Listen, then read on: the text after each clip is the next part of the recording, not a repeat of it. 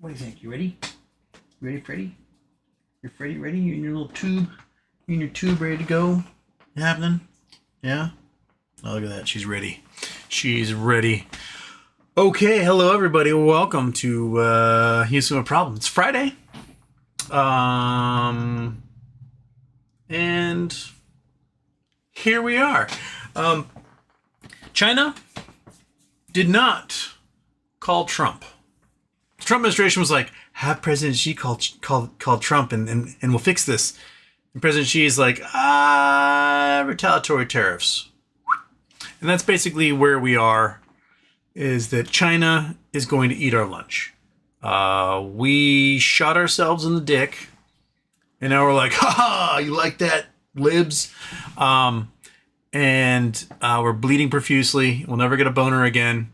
And that's it. The U.S. economy is toast. Meaning, no one wants our stocks. No one wants our bonds. No one wants our banks.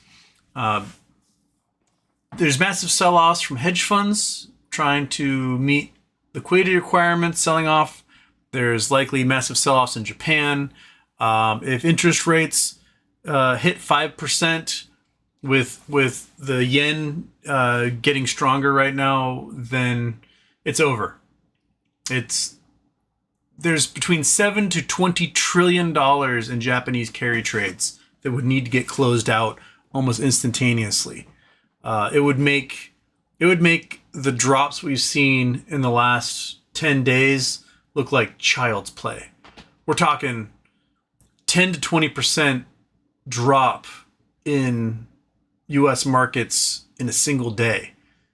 You know, actual circuit breakers hitting and just wiping out everybody all at once. And the whole reason why those bond rates are going up is because no one's buying them. Not only is no one buying them, the budget is so messed up for the federal government that we now have to sell perhaps as much as $9 trillion in bonds in the next year just to pay for the government.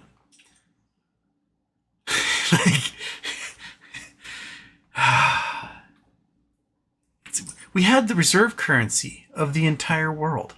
We had a system set up where we would send money around the planet that we could make for free, and we'd get stuff for it.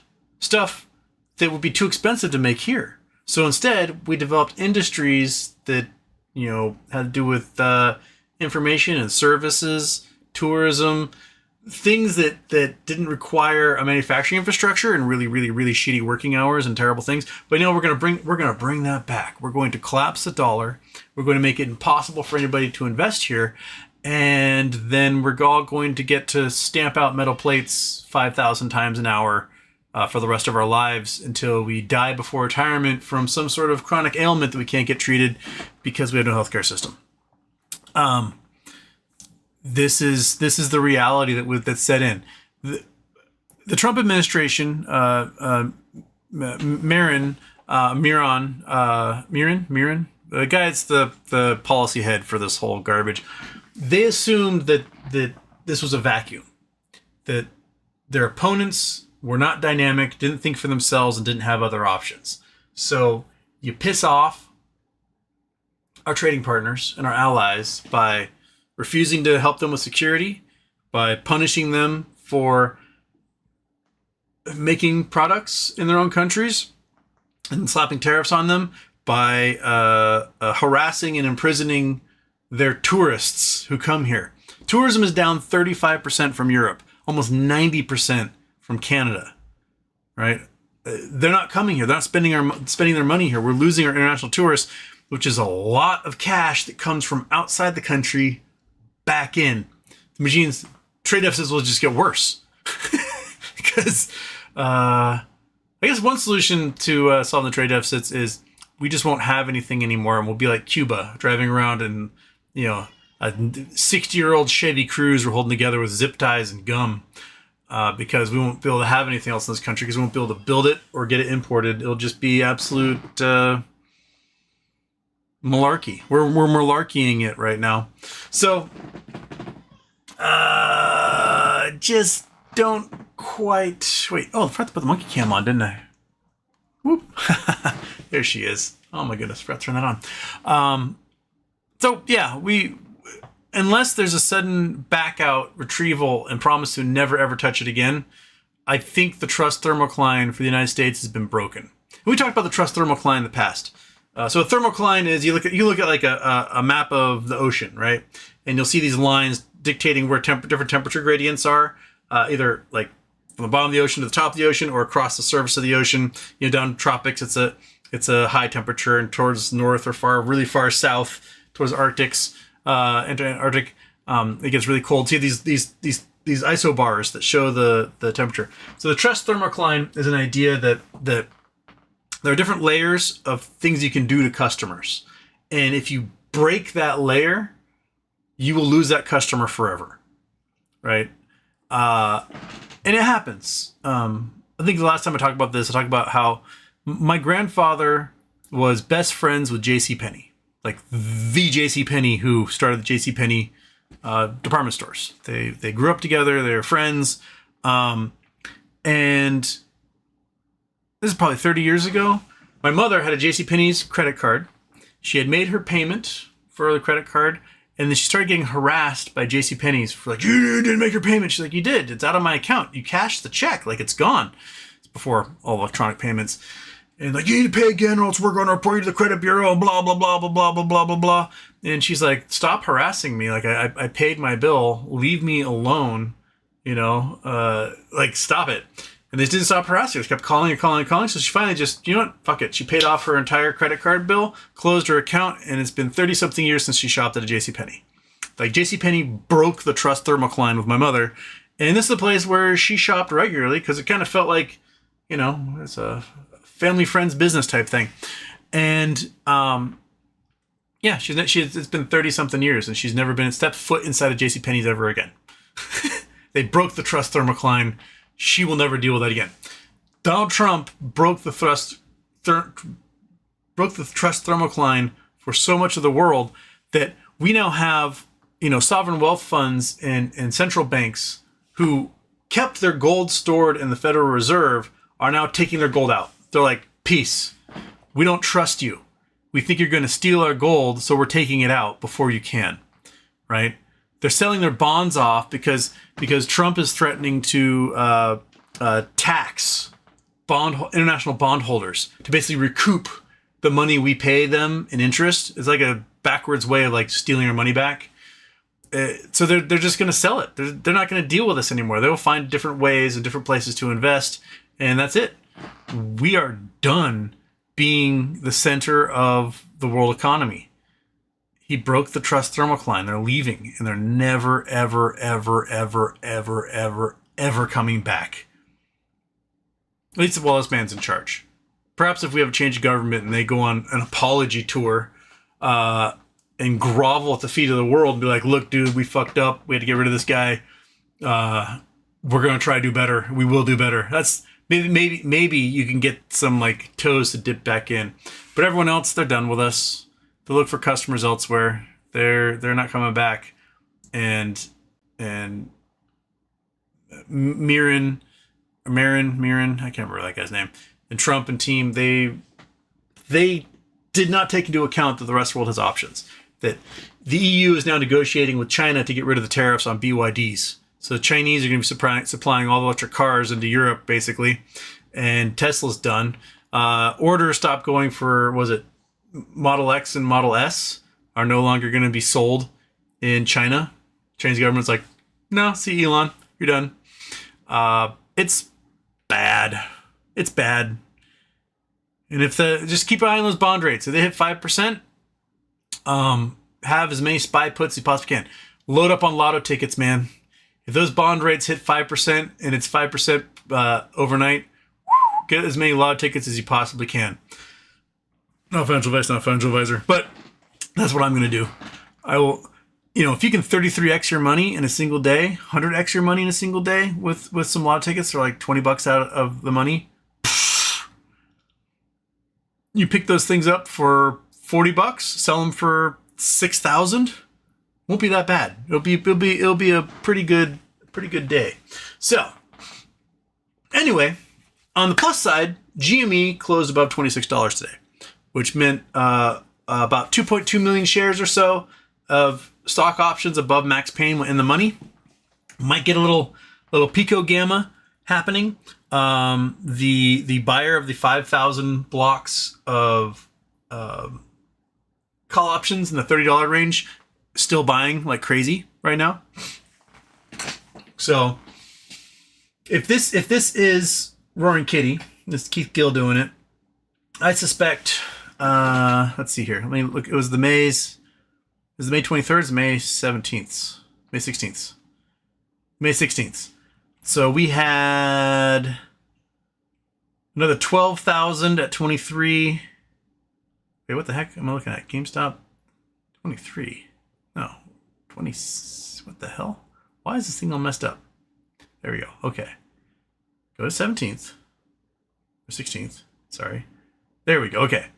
So we had 13,000 of the 30s, 6 of the 31s, 12,000 of the 32s, and 9,000 of 33s all get traded today. So we're getting more of these 5,000 blocks. So if we have ourselves a T35 from the day after earnings when they announced the convertible bonds and 100 million shares traded, we get a T35 little hiccup that can easily push that stuff over the $33 range. And I wouldn't doubt if Keith Gill resets again for June when that happens.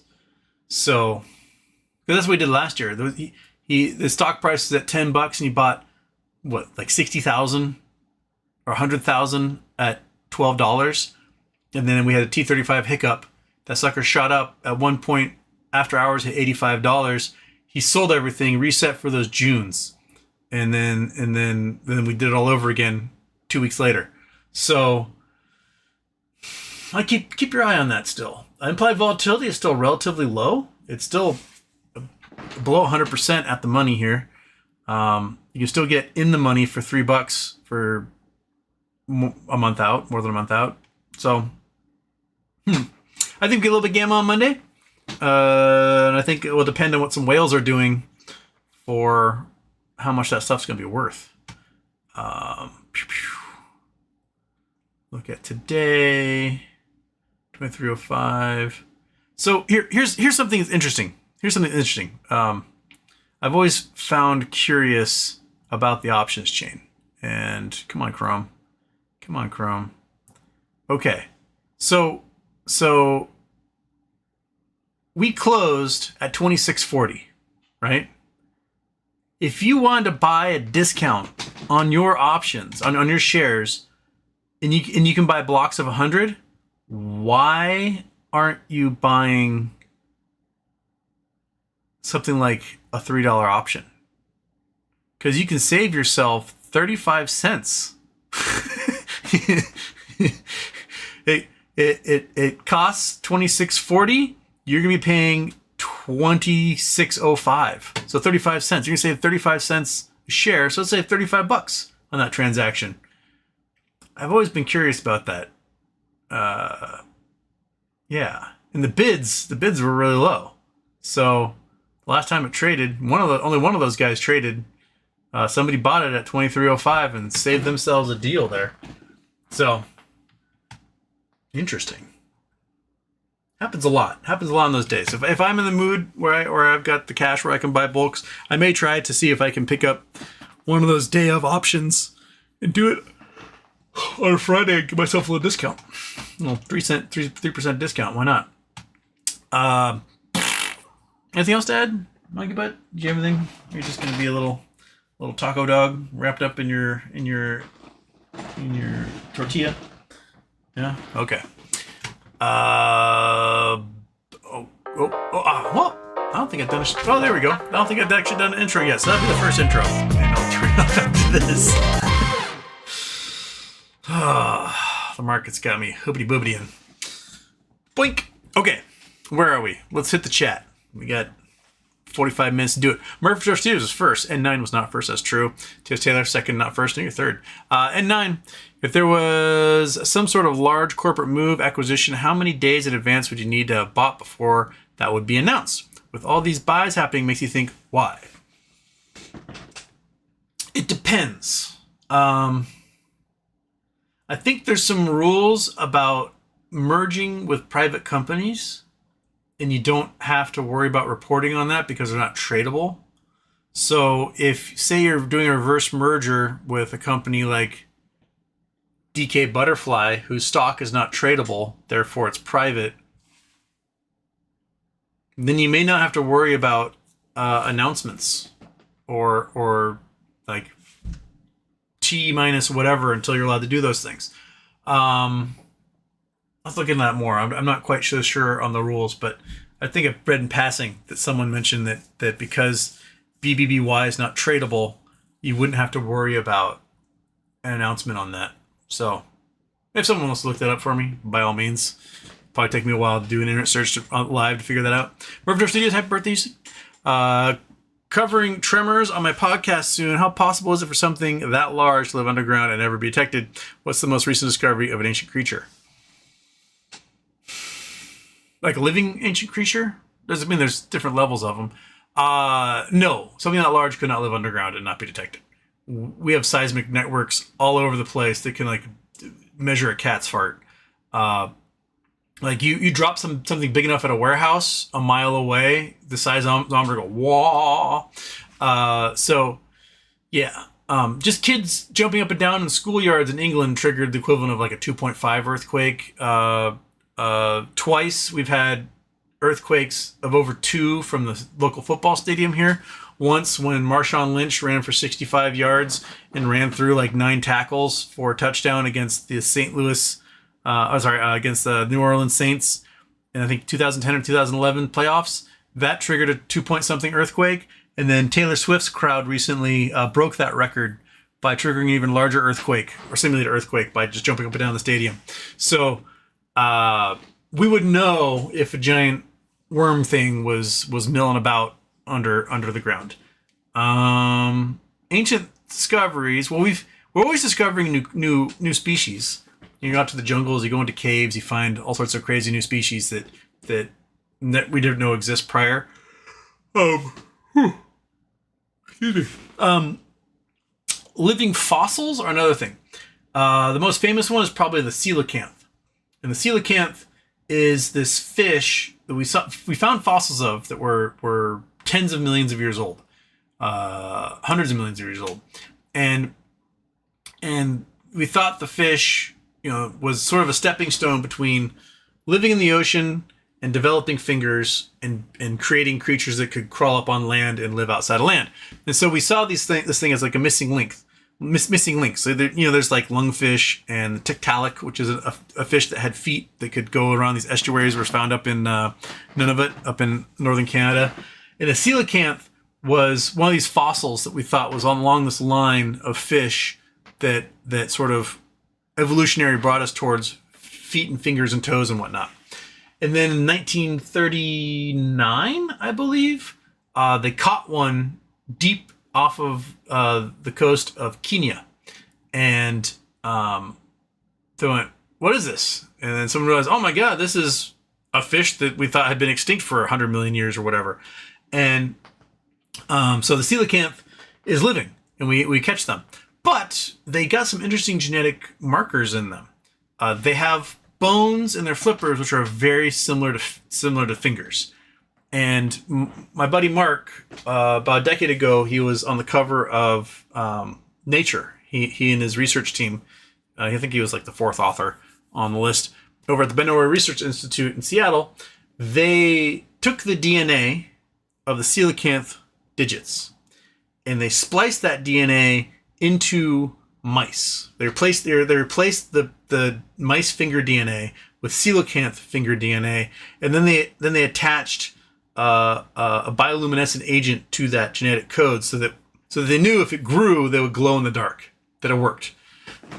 Then the mice grew normal mice fingers that glowed in the dark, proving that the genetic code for the coelacanth fingers inside their fins was the same as making fingers in other creatures. And so it kind of established that the coelacanth is a missing link. It's just that some of the coelacanths may have evolved off while others kind of stayed the same, right? Kind of like the branching you think about of primates into great apes and whatnot, is that there's lots of branching that happened, right? And then some of the branches that broke off may have stayed the same while having others come out. So you may have had something break off between orangutans and I don't know enough about my primate stuff. Orangutans and chimpanzees, right? And the chimpanzees and bonobos. And so the chimpanzees still consisted, and the bonobos, went along parallel to them or whatever. So the coelacanth is a really cool ancient creature that was discovered. Any others, Monkey, that I can think of? Oh, she's dreaming right now. She's not thinking. She's wiggling in a dream.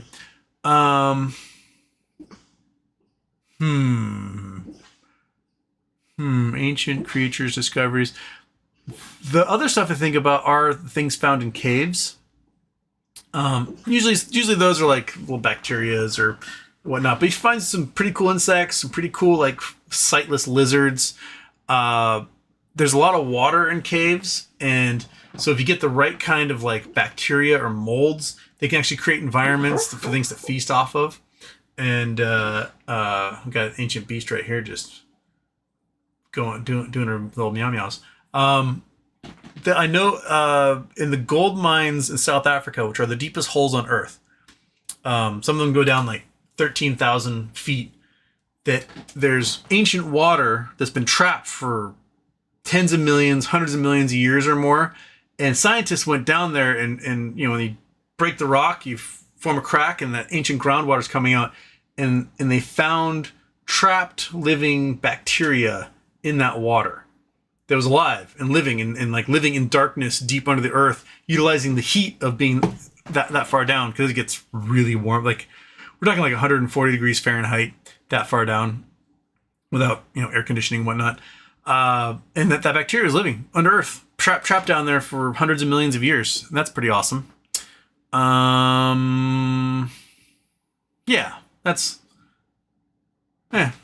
all I can think about.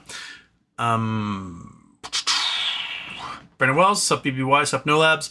I just saw just before I started the show that Bratia's sort of appeal was just outright denied. So that basically the court's like, fuck off, we don't want you around anymore. So that leaves the HBC lawsuit. Is that the last main one? In the B16 suit against Ryan Cohen, 16B suit. So those are the last two left in BBBY that I think have like, so keep those in mind. Chris Taylor, do you think it will be worth averaging down on No Labs?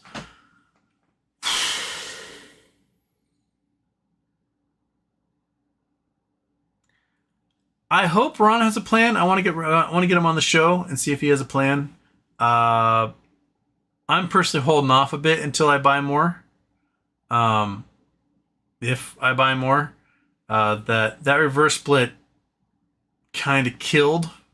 I really fucking hate reverse splits. I really do. I really, really, really don't like them. But yeah, if they can get to market, it'll be worth so much money. If they get murdered before they get to market, then they'll be selling their IP. And I believe if they were to sell their IP, it's worth more than what the stock is. So if someone wants their IP, they just buy up the stock and save themselves probably a couple $100 million. So maybe that's Lynn Partner's goal. It's like, hey, we will just crater this thing, try to get them out of business, and we'll buy it up for pennies, just like people did to metamaterials and whatnot. So, yeah.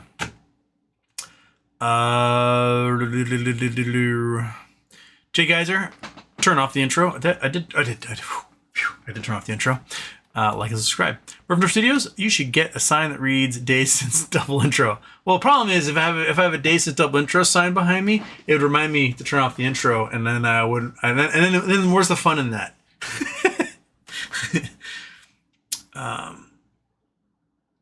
Jay Geyser said T-zeroing No Lab suggests the honeypot thing of yours, where he buys up 95% and takes it private at $1,000 a share. Yeah. Maybe we should have a super secret meeting with Ron about that. Hmm. Hmm. Hmm. Hmm. Okay. Yeah, let's honeypot it. Tropic. I did some research on hydrogen. Porsche, Toyota made hydrogen-powered engines, and Honda has hydrogen-powered engines as well. In Los Angeles, there's a few hydrogen fuel stations designed specifically for cars because that's where they were doing their testing for that. So I know Honda has their stations there. And Tropic says tickets for hydrogen APD and BE. Please explain the electrolytic reaction. Also, how else can hydrogen be made? So hydrogen comes in a few forms. You can do it through electrolysis of water or hydrolysis of water. Basically, you break apart the two H's from the O in H2O. You can do it at home even. It's really dangerous. But like, simple way, you take a piece of chicken wire and a kiddie pool. Fill the kiddie pool with water, put some car batteries on either end of the chicken wire, and drop that sucker in the water.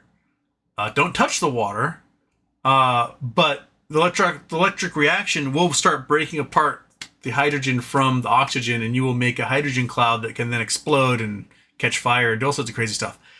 Don't do that at home without proper precautions because you will make a boom boom. And then in the refining process of natural gas, so there's different ways you can refine natural gas into different things in plastic. Like you can get like high density polyurethanes. You can do the stuff they use for that's like biodegradable that they use for 3D printing. What's that plastic called? HPEP. God dang it! That's probably gonna bother me now.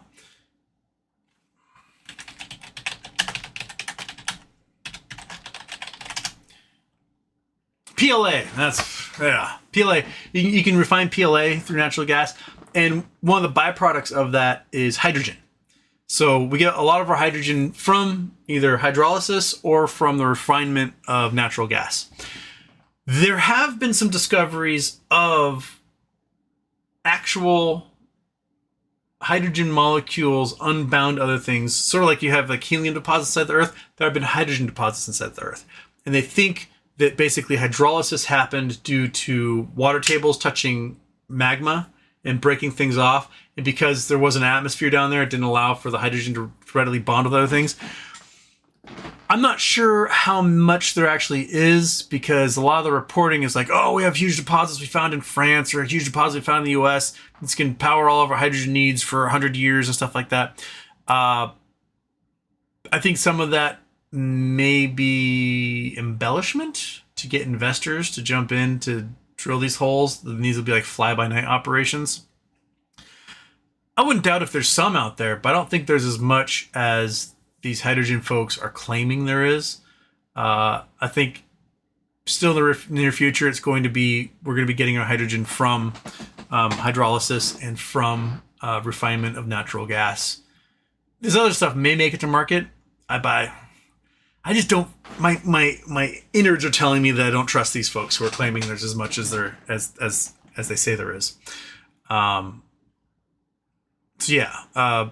So it is an alternative. There are ways to utilize it. You can, there's that guy in Michigan who would use water in a tank and electricity to create hydrogen and then feed the hydrogen to an engine and then run the engine as if it was a combustion engine, just combining oxygen and hydrogen and then igniting that and powering his car. And so you just fill more water in there.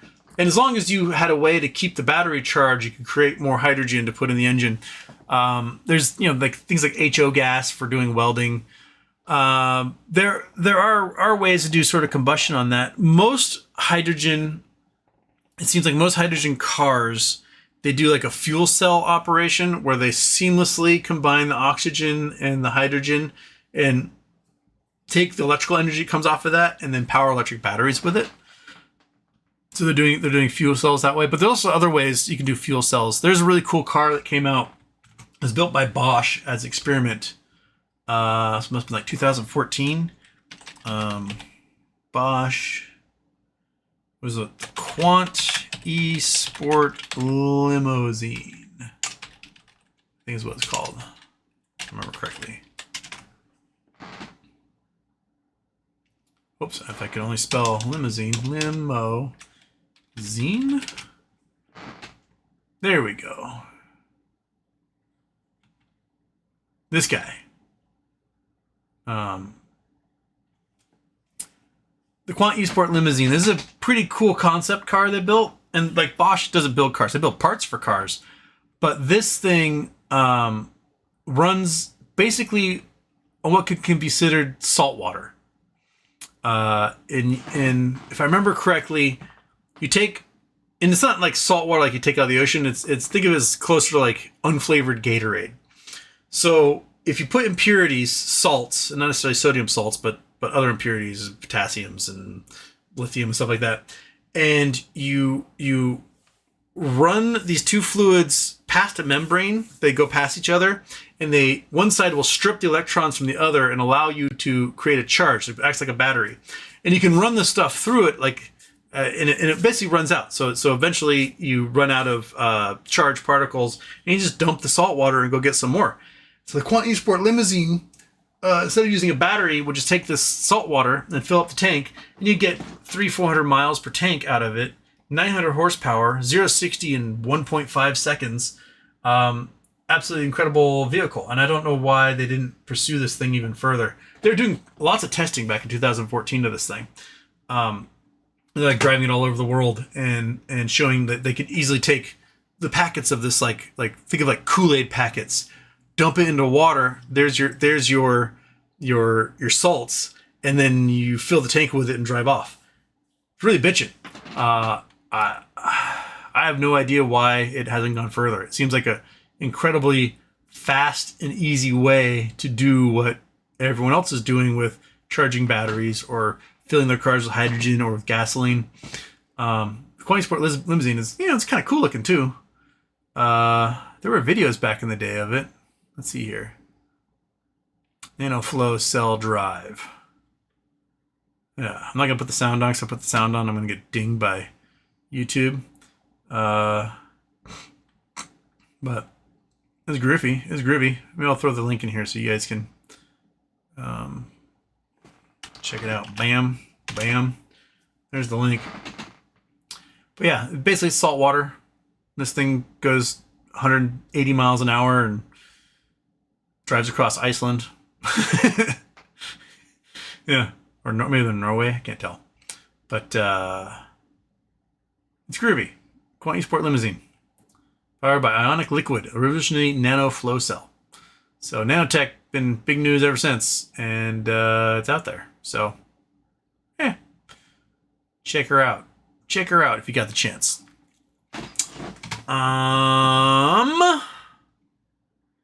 Where were we? Legacy Productions Houston, Crystal Ball Time. Does the SPY go any lower? Where do you see GME going next week? Any options plays? I'm still in my options. I had actually set a sell target today at $1.70 for my 25 fives for next week. If it had triggered, I was just going to reinvest in like 27 fives for next week and get more of those. And then it didn't trigger. I got to like 165 on those suckers and it didn't trigger. So I got my options going the next week still. I think there'll be a gamma on Monday. So depending on if we, get a tweet from Roaring Kitty or whatever, that'll depend upon what I do. But if we get a push of a couple of bucks, I'll probably sell my calls Monday morning, buy puts, write it down a couple of bucks, and then reinvest for calls for the following week. Because I think we'll still ride it out a bit, and maybe have another little jump on Tuesday to play with. If the buying of these 30s keep happening for May, and they happen to be Keith Gill buys, I think things get really, really interesting in May. And it's all also there could always be an announcement from GameStop about something, but I'm gonna play that. And if I have extra cash, I'm gonna be looking at those 10-year bonds and seeing if they hit 5%. If those hit 5%, the SPY is going to drop like a rock. And I will get some daily lotto tickets, see as many as I can get, and I'll take the gamble on on that implosion. Let's just look at let's look at this. Okay, SPY options chain. Okay. Okay, here's the SPY options chain. We can look at, okay, these are the puts, right? So the SPY, SPY was up today. It's around 533. You can buy something that's like way out of the, I should do the, one sec. Let me do for Monday. There we go. Okay, that'll give us a price for what will happen. Okay, so stuff at the money, $6, whatever. You could buy something that's way out of the money, like something down here, the 490s. Remember, we hit 481 earlier this week, so it can drop $40, $50 and hit that 481 again. So if we look at the 480s, 481 right here, this is where it was, I believe, Monday, just before that Walter Bloomberg tweet, 19 cents. Okay, if we hit that 481, it'll be worth $6. So boop. Oh, my calculator's not on. Come on, calculator. Calculator. Pop. Okay, now I need to boop you off. Boop. And boop you off. There we go. Boop. Okay. So at the money, $598. So $598 divided by $19. You can get yourself 31x on that. Not too shabby. Somebody mid-afternoon on Wednesday, when Trump put the 90-minute pause on somebody's, a whole bunch of people working in the White House, the everything is floating around 499, 500 or so. Somebody halfway through the day bought a whole bunch of 510s. And those 510s at the time were about 50 cents. And by the time the spike was over, it was worth 33 times that. They made 33x. It took a $1.5 million investment, made over $33 million. Done, right? So if I see the bonds hit, if I see the bonds hit 5%, Japanese carry trades are going to start obliterating people, and this thing can easily lose $100 on the day. 20%. So $500, $100 is 20%. So let's say you buy the 481s at 19 cents, right? Here, you're like, oh crap, carry trades are gonna explode. I'm getting myself some 481s, right? And it drops $100, which means it's gonna drop another $50 below this, down to 430. Boom, right? You just made $3,500, because if it's $30 in the money right now, 34, go to 64, 65. 65 is worth $3,100. So boop, clear 3,100 divided by 19. Bom, bom, bing. You just went up 163x on that trade alone. So you put $100,000 in it, you have $163,000. A couple of you played smartly. One of you bought a lotto ticket just before the Walter Bloomberg came out, and you showed me your buy. You bought a lotto ticket at like 5:43 for the SPY morning of on Monday, and it for penny. I forget which one of you it was that did that, but you bought it for pennies and it ended up being like a couple of bucks in that spike because of the implied volatility shooting up. So, yeah, like crazy kooky things can happen with that stuff. So I might, put a little bit aside for some lotto ticket plays and see what kind of damage I can do when those 5%, that 5% 10-year hits. You'll see Japan sell off like crazy. You'll start to see 24-hour market stuff happening where you're seeing massive sell-offs. Yeah. So it's coming, and it'll just be doom. Like $7 to $20 trillion will have to get resettled as a result of that. Meaning they'll be dumping U.S. treasuries, going back to Japan, closing out their paying off their bonds over there, and just getting out.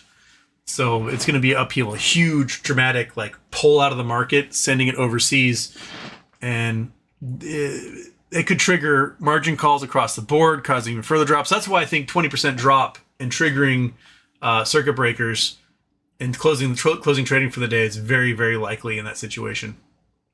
So, yeah, SPY's a lot further to go. When it's all said and done, if Trump is still president, I wouldn't doubt if the SPY drops below 300, 250, somewhere around there, with all this crap he's pulling right now. I have little doubt that that's going to happen. It's going to take some serious browbeating, I think, to get him to stop. But the problem is he's surrounded by a bunch of people who either A, want the destruction of the United States, or B, are so stupid they think that this is somehow them winning. But shooting yourself in the dick is never winning. It seems like a losing strategy every single time. Burp. Traffic. I did some research on hydrogen. Oh, I already read that one. Can I read happy birthday, Houston? So China woke up putting 125% counter tariffs on U.S. The Fed say they are ready to help stabilize economy if crash occurs. Thoughts? The Fed can only do so much. And what's stabilizing, like, they can't do anything about tariffs that are going to cost the average American about $6,000 a year at this point. Kamala Harris was like, hey, man, Trump's tariffs plan is going to cost Americans $4,000 a year. She was wrong. It's going to cost us more. The Atlantic, I just read a brief little article from the Atlantic here. Crap, where'd you go? About a farmer in New York, I believe. The Atlantic. Where'd you go? There we go. So this is from the Atlantic. Last month, dairy farmer Nicholas Gilbert received a delivery of grain for the 1,400 cows he tends at his dairy farm in Potsdam, New York, 20 miles from the Ontario border. The feed came with a surprise tariff of $2,200 tacked on. Gilbert cannot increase the price of milk he sells, which is set by the local co-op, Annie Lowry writes. He cannot feed his cows less food. He cannot buy feed from another supplier. There aren't any nearby, and getting it from farther away would be more expensive. When he got the delivery, he stared at the tariff for a while. Shouldn't his Canadian supplier have been responsible for paying it? I'm not even sure it's legal. We contracted for the price of delivery. If your price of fuel goes up, your truck breaks down. That's not my problem. That's what the contract's for. Gilbert is one of tens of thousands of American business owners caught in a spiraling trade war, Lowry continues, and he lives in one area of the United States that might already be tipping into recession because of it. Businesses near the Canadian border are particularly vulnerable to this rising cost and falling revenue caused by tariffs, and are delaying projects, holding off on hiring, raising prices, letting workers go, or wondering how they're going to keep feeding their cows as a result. So basically, this guy is a dairy farmer, so there's an 80% chance he voted for Trump, and he obviously does not understand how tariffs work. He's one of many who are paying the ultimate price for this. Again, the milk prices are set by the co-op, meaning, it's fixed. You cannot change the prices. That is the price that has been established, and that's the price you agreed to. The prices were established before any tariffs were a consideration. So these tariffs now are just a slap in the face to all of them. Same thing's happening to small businesses who get products. They're expecting a container full of products, $100,000 worth of products to come in from the port, and now they're being slapped with a $150,000 tariff fee on top of that. Yeah, you did not contract for that. You actually got the product for what you asked for it, but the government went, I want my cut. And that is taxation. You guys voted to tax yourselves an extra $6,000 a year per person, and you're paying it now. And the crazy thing is that the co-op, because they set the milk prices, now eat that profit. It's gone. They have to sell the milk for that price to the grocery stores, etc. They don't get to tack on a tariff fee onto that. They have to eat it. So it's the local farmers now who are eating it, and the co-op who's like, whoa, we're all tied into this contract because Uncle Sam, Donald Trump, comes in and is like, no, you owe me this money now. And he's going to take that money and put it into a sovereign wealth fund that only he controls and right off into the sunset with all of our cash because he's a Putin-style leader. So yeah, that's the way it is. Jika Shukla bought 430 SPY puts a year out. Thoughts? If 10-year notes hit 5%, you might get paid out this week. So, yeah. What are the leaps going for out there? So, a year out, 430s. I look at January 16th. Looking at January, looking at March, a year out. I'll look at March ones here. 430s and the puts. They're expensive. They're still $1,400. But yeah, if they go in the money, they're worth $4,000. Look at this guy.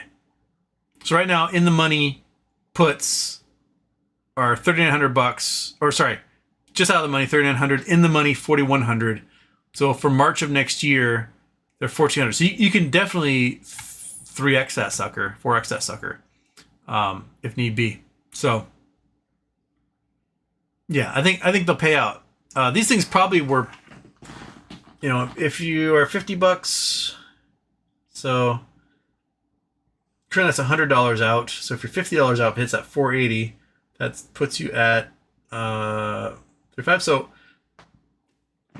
earlier this week, those things were worth $2,700. So you can almost double it if you get down to the 480 zone, 485, like it was on Monday. So that seems to me like a pretty solid bet. Because it will hit 480 something soon again. There's a lot more doom and gloom that can happen. So yeah, you can turn that 1,400 into 2,700 just by doing that, and maybe reset further down. I don't get more of them or something. I don't think that's a bad bet. Stephanie L, what are lotto tickets? Lotto tickets are way out of the money calls or puts that have a chance of spiking. So let's say we'll go back to Mondays. Monday. There we go. Okay. So let's say we're expecting a crash on Monday. Like we think things are shit's gonna hit the fan. It's gonna drop 100 points, and then we'll end up at this 435 zone if it drops 100 points. So you pick these suckers up for 32 cents each, right?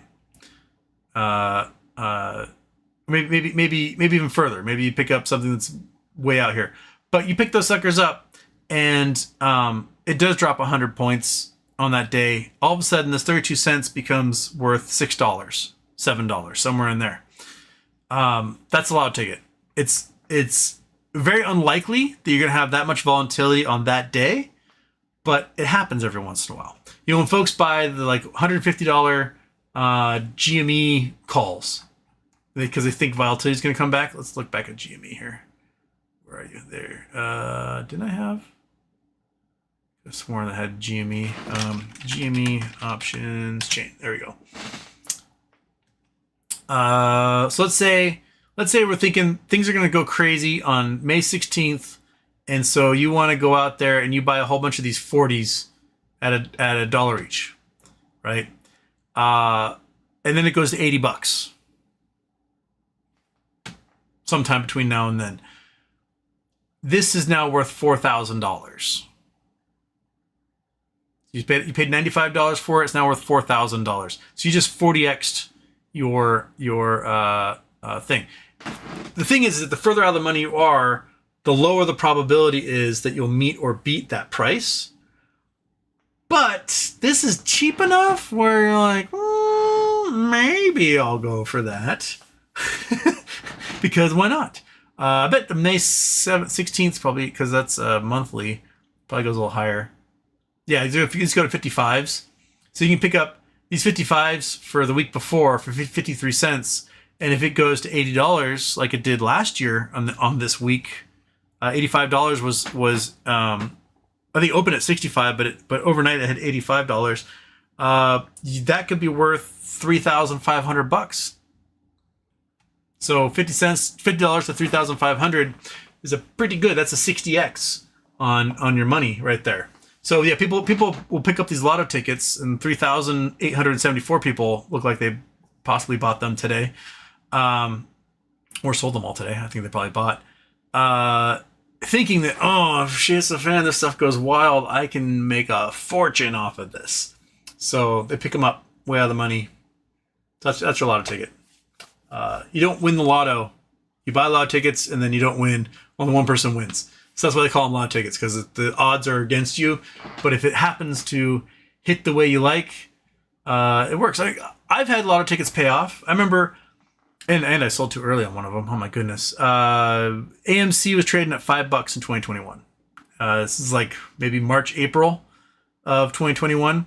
And a $15 call was, I think I bought it for $60, right? Thinking, oh, maybe it will hit $25 again. I'll make $1,000 off of this. We'll be good to go. Labor Day weekend hit, and that Labor Day weekend into that first week of June, and AMC spiked to $77. Went from like $8 to $77 in a day. When it hit 27 or something, I was like, well, shit, sell. I made $1,200 off of that. Good for me. If I just hung around, I would have made $7,000 off of them, $6,500 off of them. So the lotto tickets, they can play out. They can do things for you.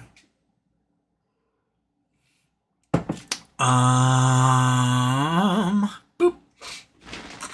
Back to Lord Chusen. Where was I? I did that one.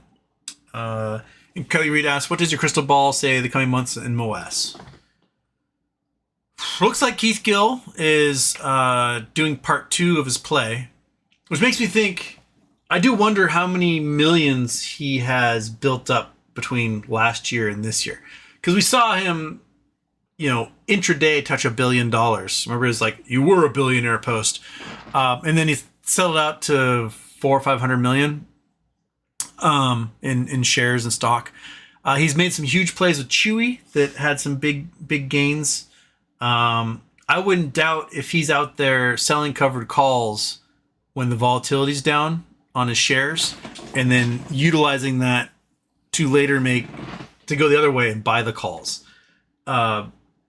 So I think that's what he was doing in the 3+ years since the sneeze, was that he was selling covered calls and amassing millions and millions and millions and millions, hundreds of millions of dollars. And, compounding is the way. So if he has, what was he at? 9 million shares? Something like that. Is it more than that? 9.1 million shares. So back to the calculator. Oops. I gotta turn off that one. Go away. Okay. So calculator. Let's say he's got 9.1 million shares, which was the last count. I think it was the last yellow update, right? Oops, I'm going too far. 9.1. Divide that by 100. So he has the potential to do 91,000 contracts a week if he wants to think. So if volatility is low, he wants to sell contracts for, say, next week. So maybe today he sold a bunch of contracts for next week, right? And so these are the contracts for next week. Let's say he sold some stuff out of the money at 50 cents, right? So he sells 28 to 50 cents. Maybe he'll hit that, maybe it won't. So he sells 91,000 of them at 55 cents. So times $55. He nets himself $5 million for the week. And he might have been doing something similar like that every week for the last 9 months. So times 9. Sorry, times 9 times 4. That's another $180 million just in premiums he's getting selling out of the money calls that entire time. And sometimes it might trigger, and maybe it triggers, and he's got to provide the shares for it. Oh well, bummer, right? Doesn't have to report it because he doesn't own more than 4.5% of the company or more than 10% of the company. And so, he waits for it to settle back down, goes back in, buys the shares cheaper, and gets even more of them with that cash, right? Because we've seen that volatility happen.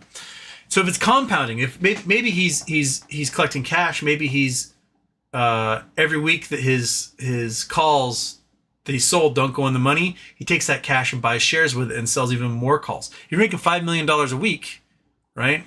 $5 million a week at $25 a share.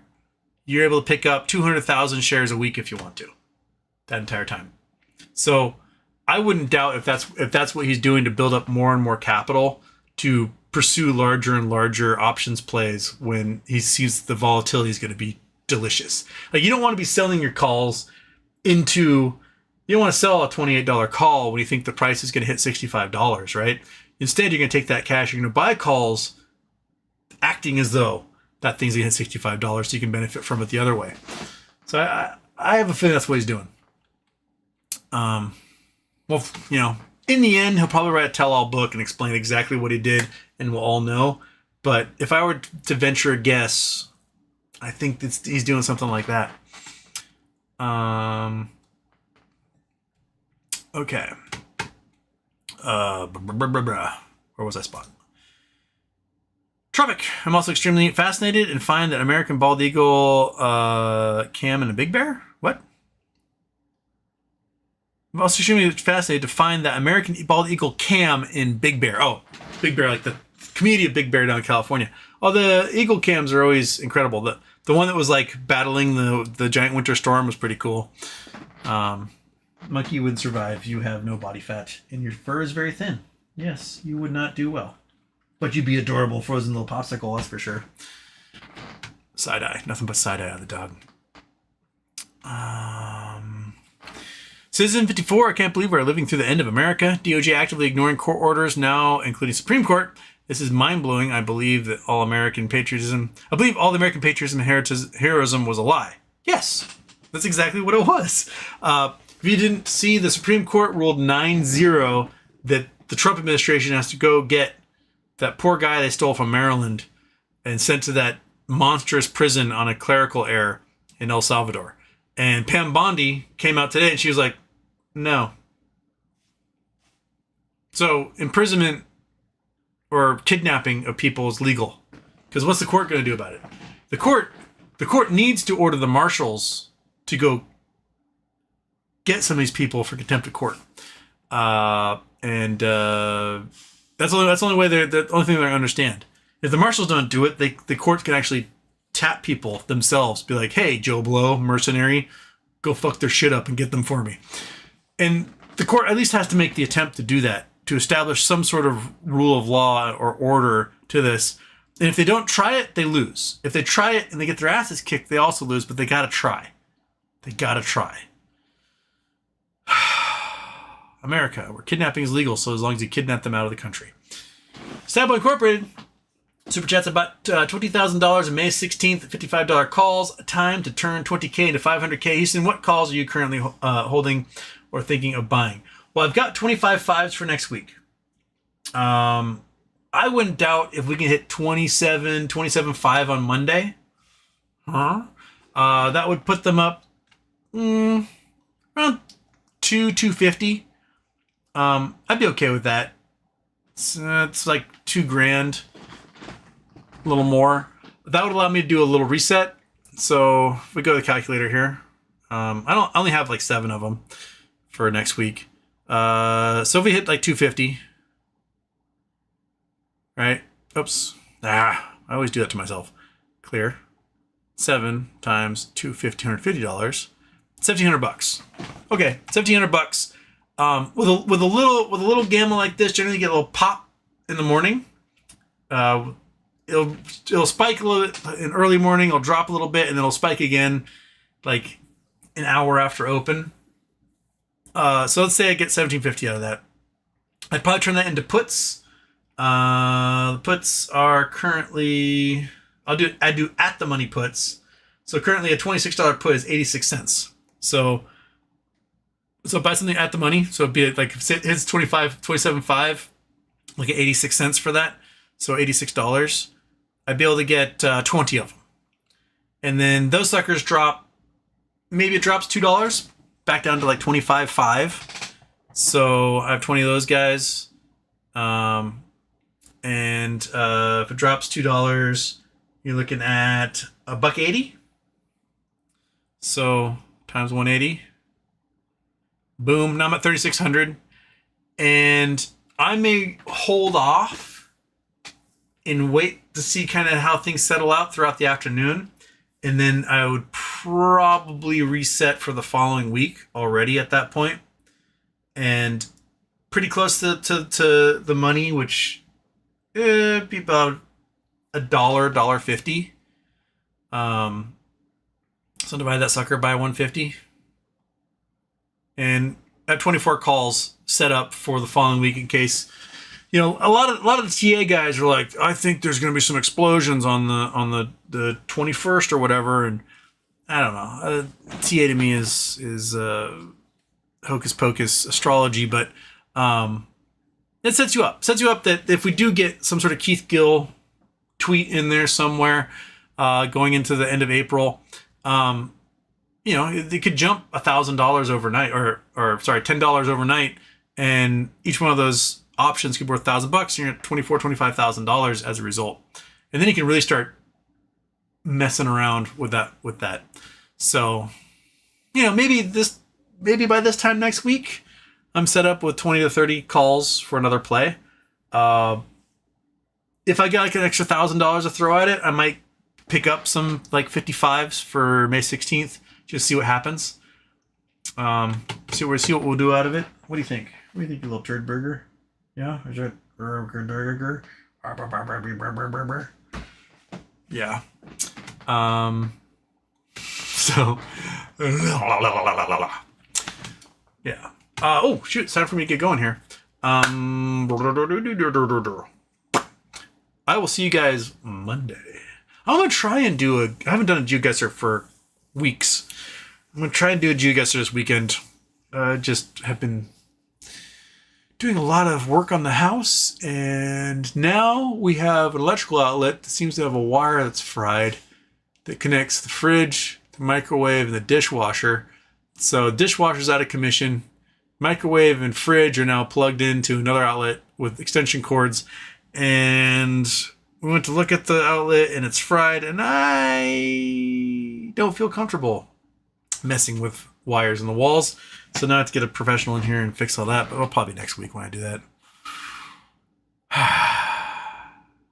Anyway, that's why you're supposed to put modern code has you put microwaves on their own circuits and not combined circuits, but whatever. All right. I'll catch you guys hopefully for GeoGuessr at some point this weekend. And if not, I'll see you Monday. Have yourselves a great weekend, right? Whee!